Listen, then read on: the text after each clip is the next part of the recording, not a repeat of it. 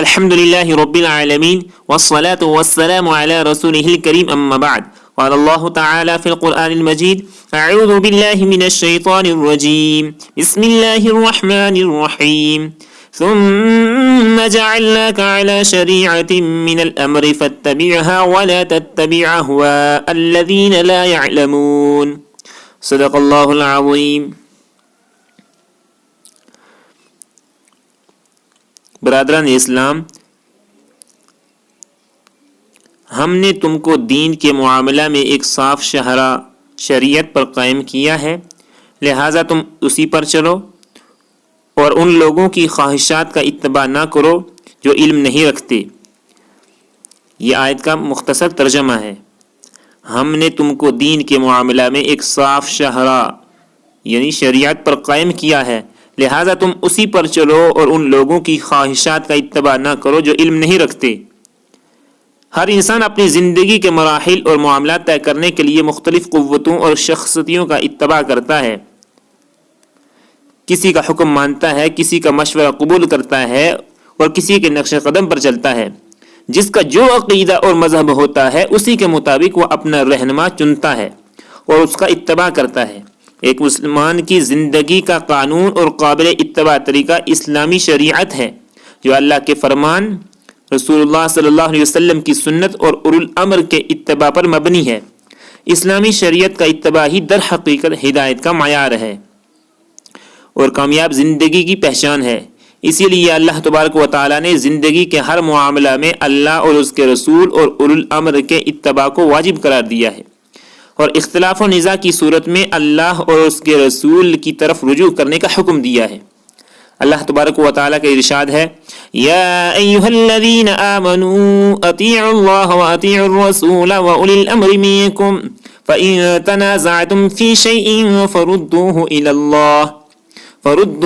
اللہ والرسول ان کنتم تؤمنون باللہ والیوم الآخر. اے ایمان والو، اطاعت کرو اللہ کی اور اطاعت کرو رسول کی اور ان لوگوں کی جو تم میں سے صاحب امر ہوں. پھر اگر تمہارے درمیان کسی معاملہ میں نزاع ہو جائے تو اسے اللہ اور رسول کی طرف پھیر دو، اگر تم واقعی اللہ اور روز آخرت پر ایمان رکھتے ہو. ایمان کا تقاضا یہ ہے کہ جس دین پر ہم ایمان رکھتے ہیں اس کے ضابطوں اور قوانین پر عمل کریں اور اپنے سارے معاملات، خواہ ذاتی ہوں یا خاندانی، سماجی ہوں یا اقتصادی، عوامی ہوں یا سیاسی، اسی کی رہنمائی میں انجام دیں. اسلامی شریعت کا اتباع ہی مسلمانوں کی وحدت و اجتماعیت کی بنیاد ہے. اگر لوگ اسلامی شریعت کا اتباع چھوڑ کر اور چیزوں کا اتباع کریں گے تو وہ ٹکڑوں، خانوں اور گروہوں میں بٹ جائیں گے، صراط مستقیم سے دور ہو جائیں گے اور اللہ کی مدد اور رحمت سے محروم ہو کر ناکام و نامراد ہو جائیں گے.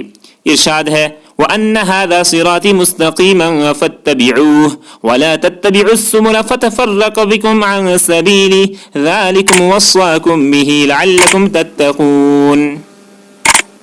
بے شک یہی میرا سیدھا راستہ ہے، لہذا تم اسی پر چلو اور دوسرے راستوں پر نہ چلو کہ وہ اس راستے سے ہٹا کر تمہیں پراگندہ کر دیں گے. یہ ہے وہ ہدایت جو تمہارے رب نے تمہیں کی ہے، شاید کہ تم کجروی سے بچو. شریعت کے احکام و قوانین کو اگر انسان چھوڑے گا تو وہ یا تو غیر اللہ کے قاعدے اور قوانین پر چلے گا، یا اکثریت دیکھ کر اپنا راستہ طے کرے گا، یا سماج کے رسم و رواج کو اپنائے گا، یا شیطان کے نقش قدم پر چلے گا، یا اپنی خواہشات کا غلام بن کر رہے گا. ان تمام صورتوں میں راہ حق سے دور ہوگا اور گمراہی میں مبتلا ہو جائے گا.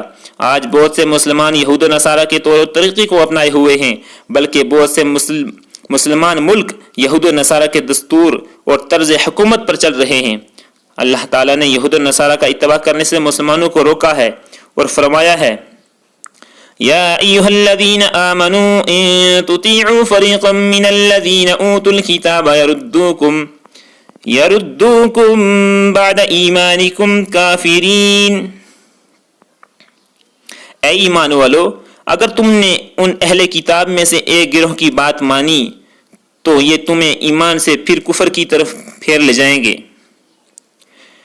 کوئی گروہ اور قوم جب اقلیت میں ہوتی ہے تو وہ اکثریت کے اثرات قبول کرتی ہے اور اکثریت کے عقائد و خیالات، اعمال، رواج، طور طریقے اپنا لیتی ہے۔